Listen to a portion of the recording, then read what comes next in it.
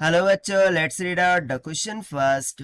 What are limitations of Ohm's law for conductors?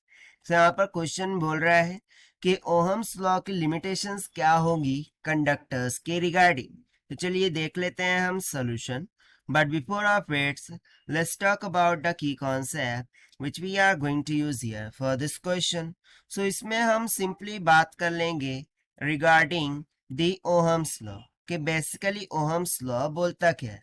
सो यदि कोई भी एक वायर है, ठीक है, और उसके क्रॉस में यदि एक फिक्स्ड पोटेंशियल अप्लाई कर दूं, सो उसमें फ्लो होने वाला जो करंट है वो किसके प्रोपोर्शनल होता है? अप्लाइड पोटेंशियल की।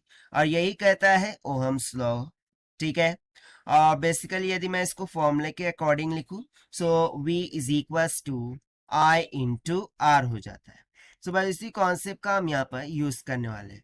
सो हमें क्या देखना है यहाँ पर? That is limitations of Ohm's law, ठीक है। ओहम्स लॉ की लिमिटेशंस क्या है, हमें उसके बारे में बात करनी है। सो देखिए, ओहम्स लॉ जो होता है ना, ये यूनिलैटरल इलेक्ट्रिकल कंपोनेंट्स उनके लिए इनवैलिड होता है। अब यूनिलैटरल कंपोनेंट्स की यदि मैं बात करूं, सो हो जाएगा सिंपली डायोड, ट्रांजिस्टर, ठीक है, जिसमें ये हो जाता है P, ये हो जाता है N। और डायोड का फंक्शन देखेंगे, सो ये कब कंडक्ट करता है? जब P को हम बैटरी के पॉजिटिव से, N को बैटरी के निगेटिव से कनेक्ट करेंगे, जब ये क्या करता है? कंडक्ट करता है। बट यदि मैं इसको रिवर्स कर दूं, इसको निगेटिव इसको पॉजिटिव कर दूं, सो उस टाइम पर डायोड किस में चला जाता है? रिवर्स बायस में, और वो कंडक्ट नहीं करता। यानी कि इस कंडीशन के लिए ओहम्स लॉ क्या हो गया? फेल हो गया, क्योंकि हम वोल्टेज तो अप्लाई कर रहे हैं but still there is no flow of current. So ये हो गई फर्स्ट लिमिटेशन, ठीक है। और सेकंड लिमिटेशन की यदि मैं बात करूं, okay, let me write down this first limitation first, okay. That is Ohm's law does not apply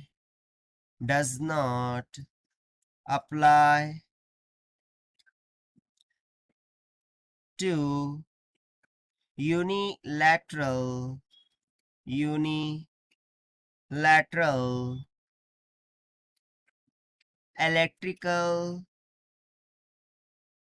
electrical components। यानी कि इसका यूज हम यूनिलैटरल कंपोनेंट्स के लिए नहीं कर सकते। सो ये हो गई उसकी एक लिमिटेशन, ठीक है। सो यदि मैं बात करूं यहाँ पर आप सेकंड लिमिटेशन की, सो देखिए, जो voltage level will not constant with respect to time for non linear electrical component. अब जैसे कि मैं यहाँ पर बात कर लूँ, देखिए, कैपेसिटर की, या फिर मैं बात कर लूँ इंडक्टर की। सो बेसिकली ये जो कंपोनेंट होता है कैपेसिटर और इंडक्टर, जब हम इसके अक्रॉस वोल्टेज अप्लाई करते हैं, सो जो वोल्टेज लेवल है वो कांस्टेंट तो नहीं होती, वो चेंज होती है विथ रिस्पेक्ट टू टाइम। और यदि वो चेंज होंगी, सो इनमें से फ्लो होने वाला जो करंट है वो भी क्या करेगा? सिंपली चेंज करेगा।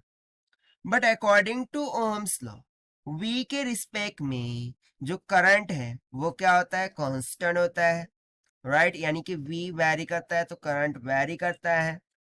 बट यहाँ पर बेसिकली कैपेसिटेंस और इंडक्टर के केस में ऐसा नहीं होता, क्योंकि ये ऐसे कंपोनेंट होते हैं कि जिसमें यदि वोल्टेज लेवल कांस्टेंट ना हो with respect to time, so in non electrical component में with respect to property of capacitance and resistance, Ohm's law क्या होता है? इनवैलिड कर जाता है। तो चलिए इसको भी हम यहाँ पर राइट डाउन कर देते हैं। That is voltage level with respect to with respect to time is not constant ठीक है, वो कांस्टेंट नहीं होती। And just because of this, in non linear, और you can say non lateral और नॉन लीनियर बोलते हैं, ठीक है, non linear electrical component electrical component does not obey the Ohm's law because of changes in their properties, क्योंकि उनकी properties में क्या हो जाता है, चेंजेस हो जाते हैं। सो इस कारण से वो ओहम्स लॉ को ओबे नहीं करते। सो ये भी एक ड्रॉबैक हो गया, लिमिटेशंस हो गया, किसका, ओहम्स लॉ का। So this is what whole about this question which we have solved by using the concept of Ohm's law. So this is the required solution. I hope you understood well. Best of luck. Thank you.